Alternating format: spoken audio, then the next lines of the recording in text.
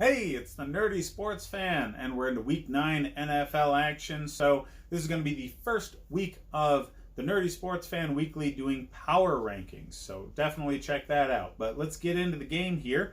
The Detroit Lions are going to Oakland to face the Raiders. Now, this is not necessarily the most favorable matchup for the Lions. If you look at their stats, they allow a lot of rushing yards compared to other teams, and that's kind of the strength of the Oakland Raiders offense right now. Josh Jacobs gets used a lot. He is a true workhorse for this John Gruden offense. He's just smoothly stepped into that role. These yards per carry are a strong average, and they feed him a lot. So that's not really going to be the greatest news for Detroit. Their defense got weaker with the loss of Quadre Diggs in trade, and their offense got weaker when Kerryon Johnson got injured. So they're ripe for the picking, and Oakland's going to take advantage. I have Oakland winning this game because their strengths just match up so well against Detroit's weaknesses, and Detroit got just hurt and traded away enough to weaken themselves even further. I don't see them having the answers they need to compete with the Raiders. They're similar strength teams, and just Detroit took some punches recently that Oakland didn't have to go through. So there's a 2-point spread. The Oakland Raiders are favored by 2. I think they beat that spread because, well, 2 points is a pretty weak scoring spread in general. Most wins happen by more than that. So if you think a team's going to win and they only have to beat a 2-point spread, bet them. Okay, they're going to win by at least a field goal here. So I think you're safe in that area. As far as fantasy football goes, with the loss of Kerryon Johnson, you need to pick up his primary backup. I was too slow on the trigger in that one.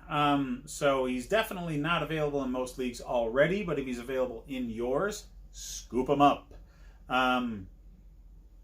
That being said, I expect Detroit to rely more on their passing game now than their running game. There's a reason you have starters and you have backups. So Kerryon Johnson goes down, his backup's not as talented as him. So they're going to do some other things with their offense to make sure they score the points they need to. So people that are less consistent, like say Marvin Jones, are going to be more consistent now because they're just going to have more targets. So Jones is a wide receiver 3, pretty solid one, whereas he used to be a more shaky option that just, he's got a high ceiling. I mean, he's going to have weeks, like a few weeks ago, where he just goes off on teams. He's very, very talented.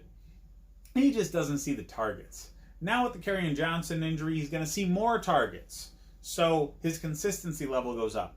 He's definitely still in the wide receiver 3 range, but now his ceiling is higher and his floor is higher.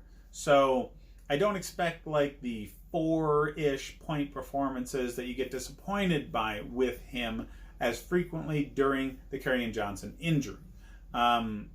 Galladay's definitely the more consistent wide receiver option. That's going to improve. So he's a wide receiver 1. I would expect Hawkinson to start being used more. So he really hasn't done much since that 100-yard game that he had. But yeah, he's going to have more targets available to him because, again, Kerryon Johnson's injury. So Hawkinson's now in the conversation for starting tight end again. He's still got a lot of people ahead of him. So it's really more of a desperation play or your guy's on a bye week kind of play. But Hawkinson is now a playable tight end again with that injury.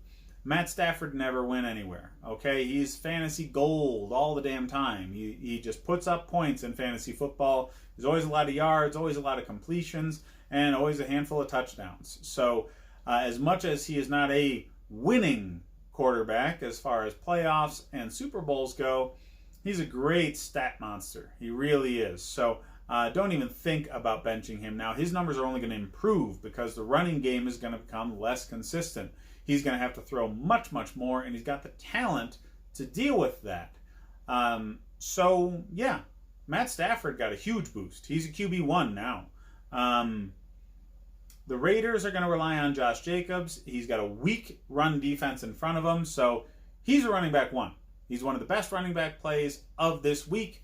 You need to have him out there. And they just never got away from Waller as their number 1 wide receiver. I don't expect that to change. Mr. Carr doesn't like to hold on to the ball. He likes to just drop it off as quickly as possible, get things going in that offense as quickly as possible out of his hands. And Waller's always close to the line of scrimmage, and he's been a very dependable target. He's already got close to 50 receptions. For a tight end, that's a huge season, so he might get 1,000 yards. Waller is a every week tight end 1 these days. Nobody else really. I mean, Tyrell Williams, once he's fully healthy, he's going to be definitely the kind of guy you want to have in your lineup. Before his injury, he scored a touchdown every single game he played. So he's going to return to be the number 1 receiver in this game once he is fully healthy. I really like Tyrell Williams. I used him a lot when he was with the Chargers. I'm going to use him a lot this year with Oakland and next year. He's just very, very talented. He can high point the ball well.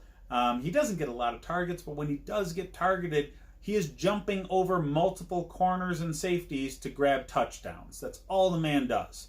So if you have a need to play somebody at wide receiver, Tyrell Williams is the dude to pick up this week. Okay? People have forgotten about him because of his injury, but as he comes into the lineup and stays in the lineup, he's just going to get better. Put him in there. You won't regret it. There is no line on this game. Don't know why. But yeah, no line. I'm sorry, no, 2-point line. I'm going crazy. We already talked about the line. Hit up the Nerdy Sports Fan Weekly for my first ever power ranking, and hit up the rest of the videos for more sit-start advice for your fantasy football teams.